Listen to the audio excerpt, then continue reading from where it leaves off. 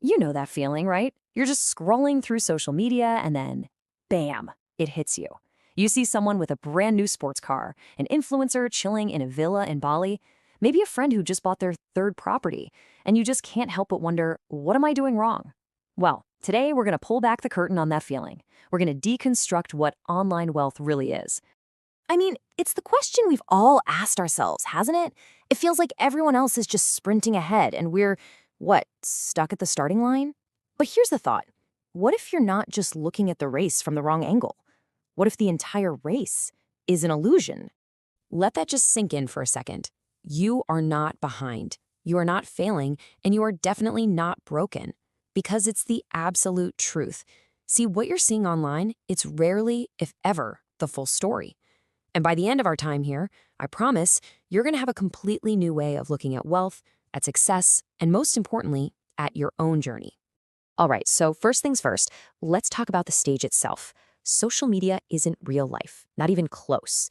It's a performance, a carefully curated highlight reel. And once you see how the trick is done, you can't be fooled by it ever again. Yeah, sometimes this performance is, intentionally trying to trick you. But honestly, more often than not, it's just incomplete. You're seeing the big public victory, but you're totally missing the years and years of private struggle that are buried just beneath the surface. Okay, let's dive into the most obvious symbol of wealth you see online, the whole luxury lifestyle. The cars, the mansions, the crazy expensive watches. What is really going on behind the scenes there? So get this. This comes directly from a luxury car salesman, somebody who saw this stuff day in and day out. He said people were stretching themselves to their absolute financial limit just to keep up the appearance of being wealthy. They weren't building wealth, they were just building a mountain of debt. And the hard data? It totally backs this up. For luxury cars over 100 grand, a staggering 90% are either leased or financed. Let me say that again, 90%.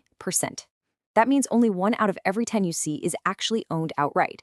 So yeah, that Lamborghini you saw on Instagram, it's probably just a giant monthly payment, and a payment the person can likely barely afford. And it goes way beyond cars. The luxury rental market is absolutely booming. We're talking about it doubling in just a few years. And you know who's driving that? It's not tourists. It's people creating content for social media. That entrepreneur you see in some massive mansion, it could totally just be an Airbnb they booked for 48 hours, all to create this illusion of success. This all brings us to a really, really important distinction.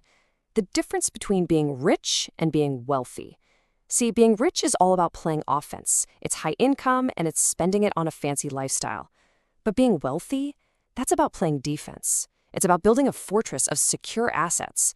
One is a performance, the other is real, genuine security. A wealthy mindset is not so much about what you spend, it's about what you lose. Think about it.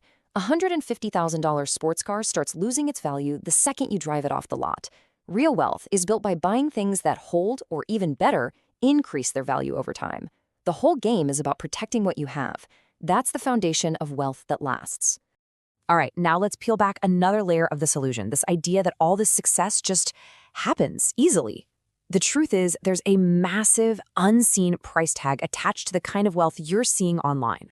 But to really get that price tag, we have to redefine what wealth even is. Is it just a number in your bank account, or is it freedom? Think about it. Earning $10,000 a month with complete control over your time is a much wealthier life than earning 100 grand a month but being chained to your phone 24/7. True wealth is owning your life. And this is the real price of admission. The people you might be envying right now, they likely spent 3, 4, even 5 years saying no to almost everything. While their friends were going out, socializing, they were at home building. They sacrificed nights out, their health, maybe even relationships. That's the part of the story you never ever see in an Instagram post. And here's the bottom line. Extraordinary results require extraordinary input. So before you feel behind, you have to ask yourself, honestly, am I willing to pay that price? And look, this isn't about crushing your ambition, not at all. It's about encouraging you to make a conscious choice about the life you actually want, instead of just blindly chasing somebody else's definition of success. Okay, finally, let's talk about 2 hidden truths that can completely warp the wealth equation, making any kind of direct comparison pretty much meaningless. So check this out. Let's take a $200,000 salary. In a place like New York City, after insane taxes and cost of living, you're left with maybe $3,000 a month in savings. Okay, now take that exact same income and move to Cape Town, South Africa. Suddenly, you could be living in a luxury house and saving over $10,000 a month. That's more than triple the saving power. It just goes to show you, location makes comparing incomes almost impossible. So just remember, next time you see someone online living this amazing lifestyle, you have to ask, where are they based? Because an income of 10 grand a month can feel like 30 grand a month depending on where you live. Ignoring geography is like comparing, I don't know, apples to spaceships. It just doesn't work. The second hidden variable is timing, and this is a big one. Success is almost never a straight line up. It usually follows what we could call the rainfall principle. You can spend years, literally years, in a drought, building skills, working hard, with almost nothing to show for it. And that leads to this moment of peak pessimism, where you feel like, nothing is working. And that moment is almost always right before the rainfall, a massive, sudden burst of success. What looks like an overnight success to everyone else was probably years in the making. So your job isn't to try and control when it rains. It's not up to you. Your job is to build the infrastructure, the skills, the network, the systems, so that when your season of rain does arrive, you are ready to capture every single drop. So what does all this mean for you? Well, it means it's time to reframe the entire game. Stop looking at their timeline and start focusing on yours. You have to stop comparing your chapter 1 to someone else's chapter 10. You're not seeing the deleted scenes, right? You're not seeing the years of drought, the incredible sacrifices, or the hidden advantages like geography and timing. You're only seeing the final, polished movie trailer.